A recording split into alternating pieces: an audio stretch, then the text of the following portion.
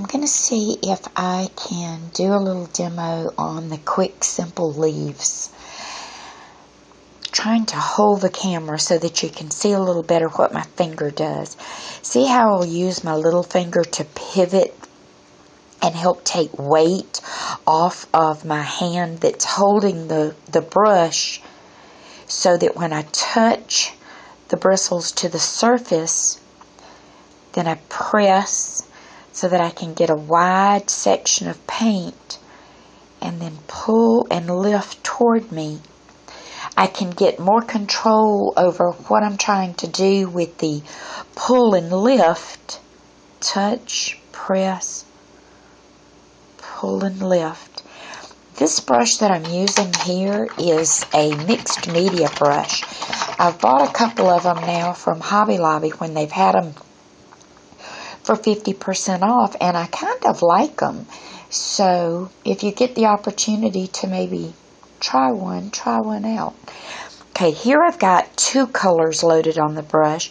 The same light green color, and then on one corner just some dark green.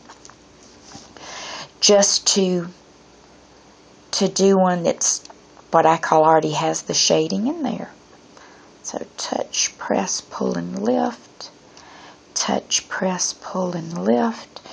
The other thing is you've really got to have enough moisture left in your brush so that when you do these leaves, the paint is going to come off onto your surface and you're not going to be struggling with strokes that are splotchy or look dry. And the only thing I can tell you about that is it takes practice. Practice, having the right amount of moisture. When my brush is wet, like this is fresh out of the water and you can see how wet it is, I blot quickly on paper toweling, usually dabbing both sides.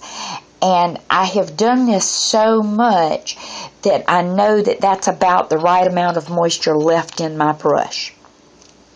So when I touch, press, pull, lift, touch, press, pull, lift, I can usually get a few leaves before the brush starts to what I call dry out. Now the surface I'm working on right now is actually parchment paper, which is wonderful for practicing on. I get a roll from a cheap little a drugstore where they have this little dollar section. It's $1 for 25 square feet. You cannot beat that for practice surface. But it's a wonderful surface to practice on, and at the same time you can go back and get a better visual of what you have done and maybe see where some of your errors are at so that you can correct them. So practice the leaves.